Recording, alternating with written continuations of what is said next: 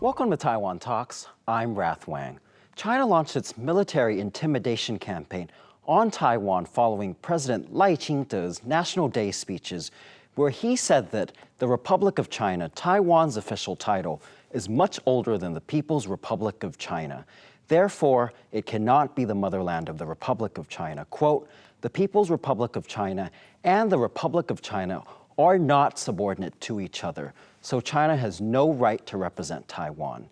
Li Xi, spokesperson for the PLA Eastern Theater, announced the launch of the Joint Sword 2024B starting October 14th. These military drills take place even closer to Taiwan compared to previous drills.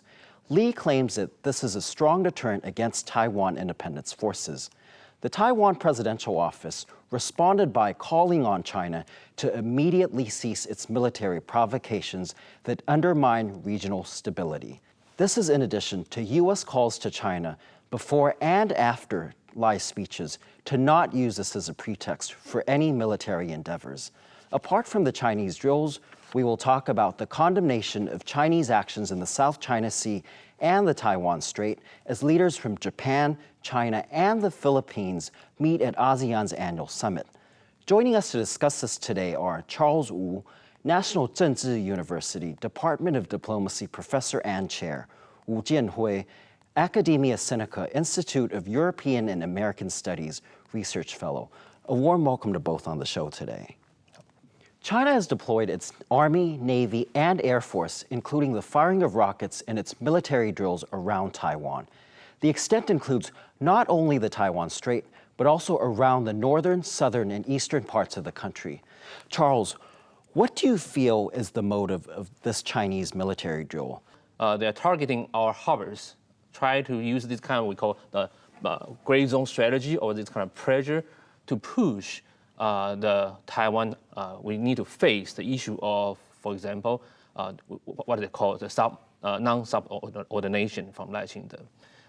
People always argue that Lai Ching-te trying to promote or use more R.O.C. Not only in inaugural speech, but also in the National Day speech. However, I think Beijing, they don't believe Lai Ching-te is like truly, really focusing or using the R.O.C. as a one for negotiation. However, probably Lai Ching-te want to use R.O.C. as an excuse, try to promote his ideology or another movement in the future for the Taiwanese people. So what do you feel Beijing needs? I think it's very hard to convince Beijing to trust Lai Ching-te, since Lai Ching-te represents the DPP.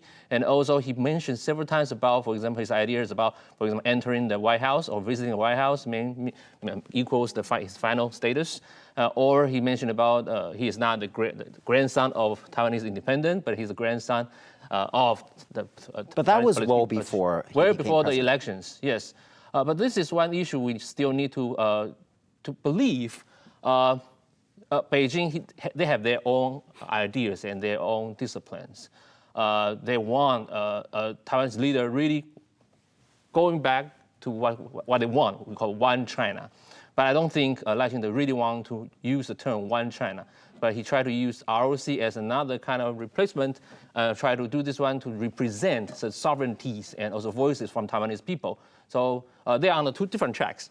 We've also seen China put out 4 Coast Guard fleets beyond their usual patrol areas in the Taiwan Strait. This is in addition to the military, entering the waters of Yilan, Hualien, Taitung, and Keelung for the first time. Jianhui, what do you feel China's motives are?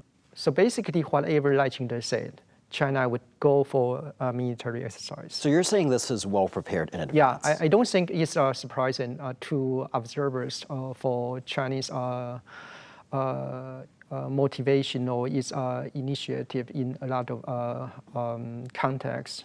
So this military exercise is not unsurprising. It's actually not unsurprising. So imagine if what Lai Ching-te just say is Republic of China and People's Republic of China, they don't subordinate to each other. In this context, the PRC even don't like it, and PRC doesn't accept it. So what it goes back to what the PRC or the Beijing keep saying one China principle. or the KMT tries to use it as a 92 consensus. In this context, it means that even a Republic of China is not acceptable to PRC. So the only choice for Beijing is for Taiwanese government to accept Taiwan is part of China. And this China is represented by a PRC. So I don't think there's any ground what Lai Ching-te say can be acceptable to PRC. But if you do look at the text itself, do you feel that this is a provocation, as China claims? Do you feel there's a departure from what we've seen with former President Tsai Ing-wen? Basically, what Lai Ching-te say is exactly what Tsai Ing-wen said. The Republic of China and the People's Republic of China, they don't subordinate to each other. So key point here is the Beijing, they don't accept two Chinas. There's no Republic of China. For the PRC, for Beijing, the Republic of China is succeeded by the PRC in 1949. This is full stop of the Republic of China. So there's no Republic of China in international community. I think even people here, they want to promote Republic of China and they embrace Republic of China. They have to understand for Beijing, even those people, they use the term of Republic of China. It is unacceptable to Beijing. It's also a term or a form of Taiwan's independence. So Charles, do you feel that Beijing keeps on moving the goalpost in terms of that? Before they were talking about not having Taiwan independence and sticking to the constitutional framework of the R.O.C. But now that Lai Ching-te is mentioning the R.O.C., as you mentioned that he is trying to use more the words or the official title of the R.O.C., does Beijing keep on changing its stance? The political rhetoric is very complicated and sensitive. If you use R.O.C. for one time, two times, three times, people trust you, but you put too many premises in front of it, then you will mix up everything about the R.O.C. For example, if you mention about the motherland issues, you mention about non-subordinations, you mention about visiting White House, represent the final missions, then the R.O.C. and PRC represent the really two different countries. And this is not accepted by Beijing, in my belief. But if you try to mention that 92 consensus, really, we are under the one China framework, and you can represent different parts of regions, I think this is how the PRC and R.O.C. can really reach some consensus in the international community in the future. So this isn't a 2.0 of Li Denghui's two-state theory, in your opinion? No. I think there's a difference between Li Denghui, Tsai Ing-wen, and Lai Ching-te. They has not, until now, they has not tried to make a cutting point between the Republic of China established in 1912 and the new Republic of China in Taiwan. Whether it's a continuity going back to 1991, which they celebrate Xinhai Geming in 1911, or it is a continuity from the old state coming to the whole old state with a continuity until now.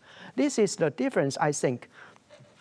Whether Li Denghui or Tsai Ing-wen or Lai Ching-te, they has not pronounce the difference or the cutting point whether Republic of China in Taiwan or Republic of China Taiwan, which is when is the starting point? If we want to label it as a two-state, then when is the two-state starts? They haven't said anything about that, and I don't think we can so easily label Li Denghui or Tsai Ing-wen or Lai Ching-te as a two-state theory, because so far they have not explicitly determined at which cutting point this Republic of China in Taiwan now is different from the Republic of China in 1912. And if you see the National Day, we still use the National Day of 111 30 years. And it seems that there's a continuity and there's not a two-state. Charles, what do you think in terms of the military drills, going back to the international response, and do you feel that Taiwan was actually prepared for this? Prepared for the military drills? We always prepared because it's not the first day PRC using the flights, aircrafts, or the vessels try to push the pressure on Taiwan. Instead, I think Taiwanese people, we are kind of the frogs in the warm water, boiled. Some people doesn't believe they will really create some threats to Taiwan. Seriously, they think it becomes a normal. But I studied the Cross-Strait War. This is very dangerous because once you believe the cross-strait relations or your big threat is a paper tiger, you never know when the day they will initiate attacks. So I think the government need to teach a lesson to students and all the people in Taiwan, we still have a strong risk going to a war and battle in the future. So like what I say, if you talk to people nowadays, recently, and they say, oh, there's a 2024B. They say, what is called 2024B? It's come everything. They can have A, B, C, D, E, F, G every day. But when they lose this kind of awareness, it's kind of dangerous for Taiwanese people. So I think this very important thing is how to maintain peace instead of mentioning about war in the future. So I always argue diplomatic way, or we call liberalist way, is very important when we only focus on realist balance of power or kind of determinants. Because if one country only filled with one theory, which is very dangerous. What do you say to that, Jianhui, in terms of the government preparing the people more, or as Charles mentioned, the talk of peace? Do you feel that goes hand in hand, or does what a lot of talk in the U.S. on peace comes with strength? What do you say to that? I think the government in the past, at least in the past 8 years, has seriously tried to prepare the possibility and envisage the possibility of Chinese invasion. And it has, I think, the military modernization of the military defense is a key element there. And also, I think civil defense is also a key element. But do you feel there needs to be more talk on peace, is what Charles mentioned earlier, that there needs to be also preventing of war through discussions and talks with China or other So we go back players? to what China or what Beijing demanded. If Beijing think Republic of China and People's Republic of China, when mentioned it, is a two-state theory. Then it's also a kind of Taiwan independence. Then what's the policy space left for the DPP government? Even the Lai Ching-te, who was named by the PRC, by Beijing as hardcore independence people, he used the language of China, and Beijing doesn't believe it. So what Lai Ching-te can do, or what policy space that Taiwan has? No. Unless Taiwan give in to subordinate or occupation. If this is the way we preserve peace, if this is the way what we can promote peace, then it depends on the decision of the people, the population, whether they want to give in or not. Because the Beijing, even, as I mentioned, even people here, even President Lai Ching-te, he used the Republic of China. For Beijing, it's also a form of independence. So you're saying there's much less room to maneuver in terms of Beijing's new terms, in terms of what is defined as cross-strait relations. I wanted to turn to you, Charles, in terms of the U.S. How is the U.S. looking at this? And we've seen warnings from the U.S. both pre and post Lai speeches. Do you feel that the U.S. is gravely concerned with these new exercises, and are they worried? First thing, we still need to agree that the White House and also Washington as a whole, they want a status quo in this region, especially during this campaign period of time. in the Although United they States. have warned China that China should not use this as a pretext to military action. Yes. So this is why they say they want a more constrained situation here. They are not only talking to Beijing, they're also talking to Taiwan. Okay? They say, I quote unquote, this is a spokesperson from the US State Department. They say, we are not going to speculate what the PRC or China will or will not do this year, but we see no justification for a routine annual celebrations. Okay? So the White House thinks this time the Double 10th Day, the National Day speech, is a domestic issues. And they don't want to raise this into international level or even a systematic level between China and the United States.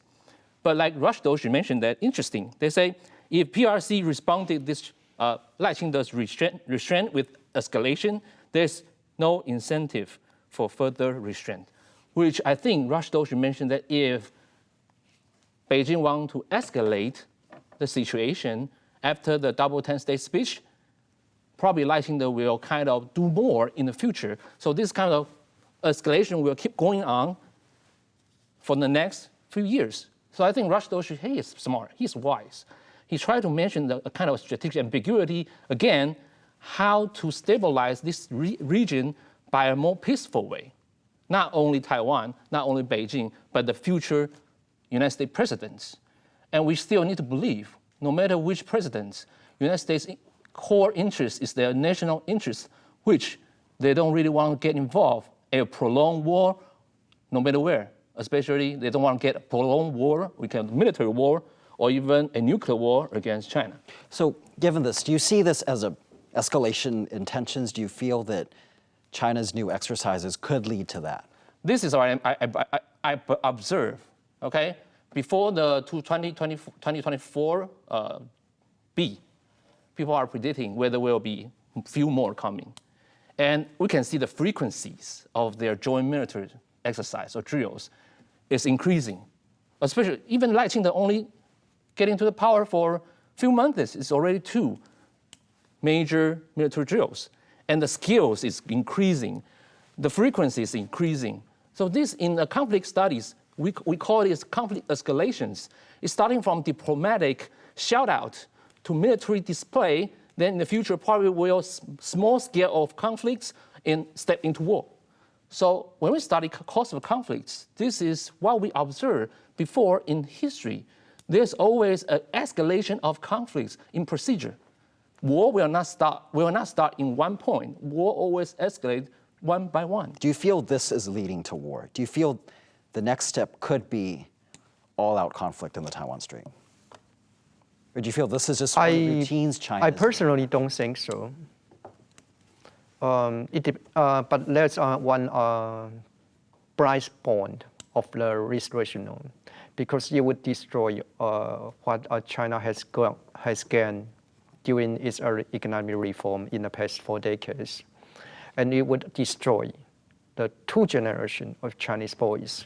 Especially imagine, in China, there's only one child policy.